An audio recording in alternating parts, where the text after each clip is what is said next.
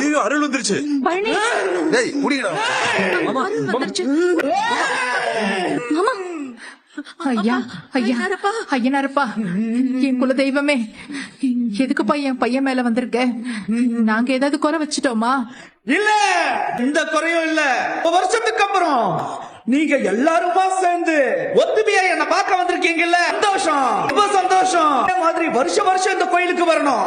எல்லாருமா சேர்ந்து எனக்கு திருவிழாவை நல்லா நடத்தணும். நடத்துறோம்.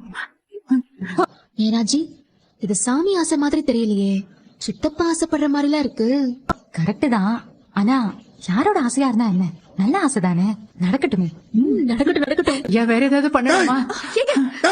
என்னடா ஆத்தால முடிச்சு நாம போறீங்க, அடிச்சு மூஞ்சிக்கு நடிக்கிறா போடா நடிக்கிறா அப்படி பேசக்கூடாது.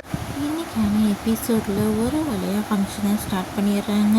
அவங்க அண்ணன்கள்லாம் செயின் போடுறாங்கங்க. நம்மளோட கோமதி மேல் ஏறி வளையல் போட்டுடுறாங்க அவங்க அம்மாவுக்கு.